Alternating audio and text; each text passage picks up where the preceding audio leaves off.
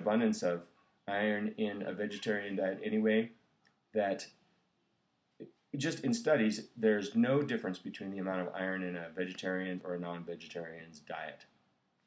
Also, Sally Fallon says breastfeeding is good if a person has high amounts of animal proteins and fats in their diets. And this, to me, sounds pretty dangerous. But I want to read you something that comes from the New England Journal of Medicine. And it says, contamination in human breast milk found that vegan mothers had dramatically lower levels of toxic chemicals in their milk compared to mothers in the general population. The highest level seen among these vegan mothers was actually lower than the lowest level seen in non-vegetarian mothers. In fact, the levels of contamination found in the milk of the vegetarian mothers was only 1 to 2% as great as the level found in the milk of non-vegetarians.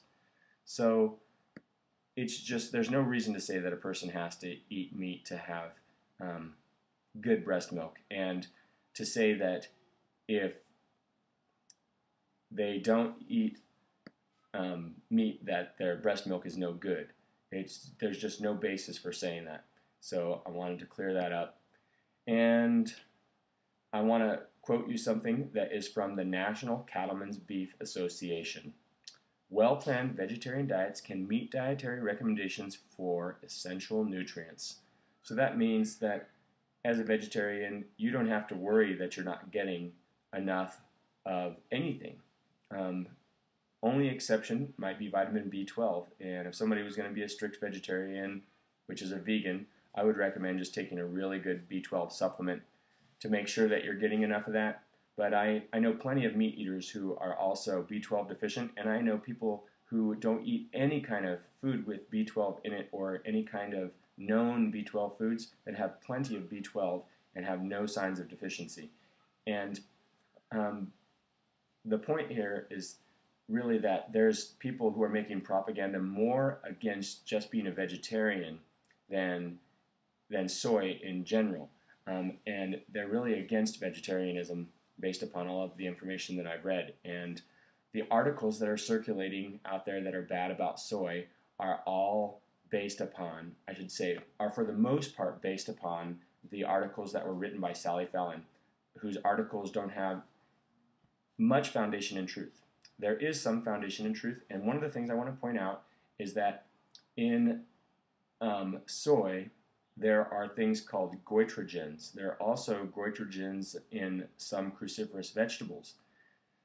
These particular substances can cause problems for people who are prone to have thyroid issues, and it has been found that this is pretty much only in people who are lacking iodine in their diet.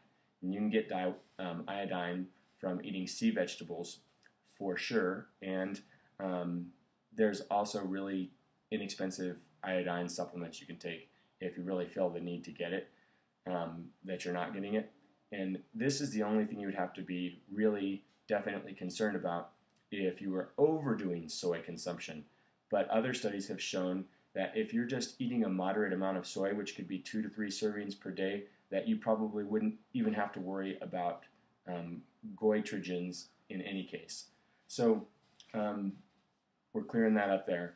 And just to let you know some of the good things about soy, it has been shown to reduce high cholesterol.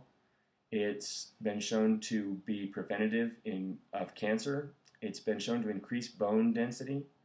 And there's also a lot of other things that I could go on about the good things about soy.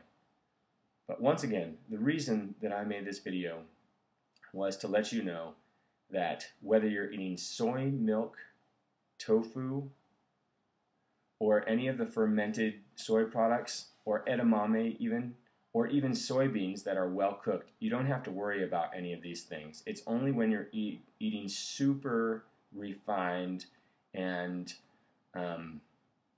isolated types of substances made from soy. And that's where eating a whole food diet comes in, and where you should avoid super, super refined types of foods.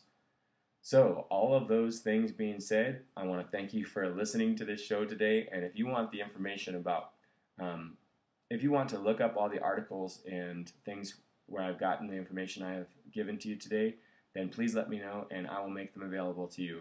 And I want to ask you, what is your question for this week? Let me know what you want to know about health. Thanks a lot. And may every day be an adventure in health.